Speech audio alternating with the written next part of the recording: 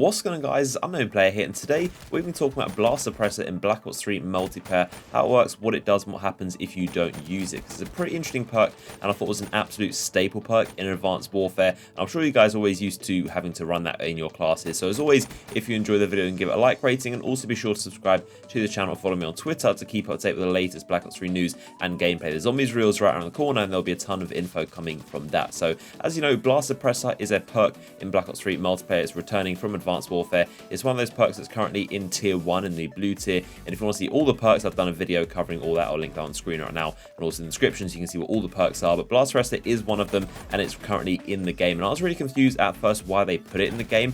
Dave Volant did say on Twitter how they wanted to get rid of stable perks and those perks that you absolutely had to run. So like Stop and Power was in the older Call of Duty games, how you had to run it to stand any chance in a gunfight. Trek were the first to take out in Black Ops 1, but recently Toughness has been that stable perk in recent Call of Duty games. It's been essential to gunfights, and Blast Suppressor was also another stable perk that was introduced in Advanced Warfare with the EXO booster packs, and it prevents you from giving away your position when you EXO boost, of course. Now Black Ops 3 Trek once again are making bold decisions, and they took out the Toughness perk completely from Black Ops 3, so it's not in the game and it's just not a perk anymore. So what everyone has instead is about 50% of what Toughness used to do for you. So you don't have full Toughness, and you are probably going to notice it slightly if you are getting shot. It's going to knock off your aim slightly, but it's not going to be as bad as it used to be, and everyone has the exact same experience. So nobody can run the perk, and it's more of an even playing field, which is really cool. But they actually left in Blast Suppressor, which I thought was really odd because it was even more of a central perk, I thought, in Advanced Warfare than Toughness was. But we're going to take a look at what it actually does and how it actually makes those pings on the minimap. So this is what it looks like,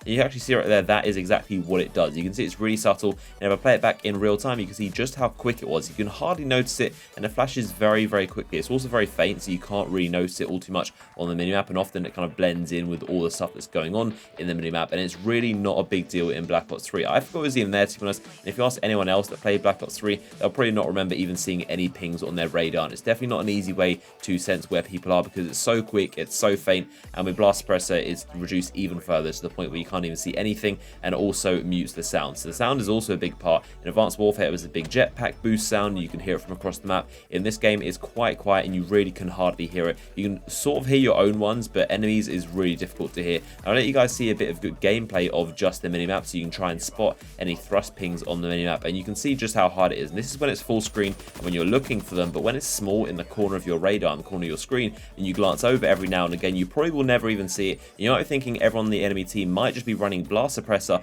Well, this is actually the first game of the entire capture session, the only capture session so far for Black Ops 3. So this is literally the first time the community got hands-on to actually capture Black Ops 3 multiplayer, and it was the first game of the day after we watched the presentation. So we didn't have much time to set up our capture equipment, and most people hadn't even got their own classes. I myself was using the default class, and I know a lot of other people were too. So hardly anyone is using Blast Suppressor, and it's a good sense of how the radar looks like without Blast Suppressor, and just kind of a natural sense with everyone using default classes. And the bottom line is essentially Black Ops 3 Blast Suppressor is no longer a stable perk, and it's really not a big deal. And I didn't really agree with the perk in the first place. It sort of punished you for being aggressive and moving around the map, and I think that's the opposite of what should be happening in Call of Duty games. But in this current build of Black Ops 3, it's not looking like too much of a great perk, and possibly not even one that you need to run. Another thing to bear in mind is that this was an old build of the game. This is a pre-alpha, and by now they've evolved it a lot more, and they're probably going to change how it works and how it looks. Maybe they'll make the pings bigger and more noticeable, and maybe they'll make the perk a little bit more worthwhile. It is a pre-alpha, there's always the possibility that this could change,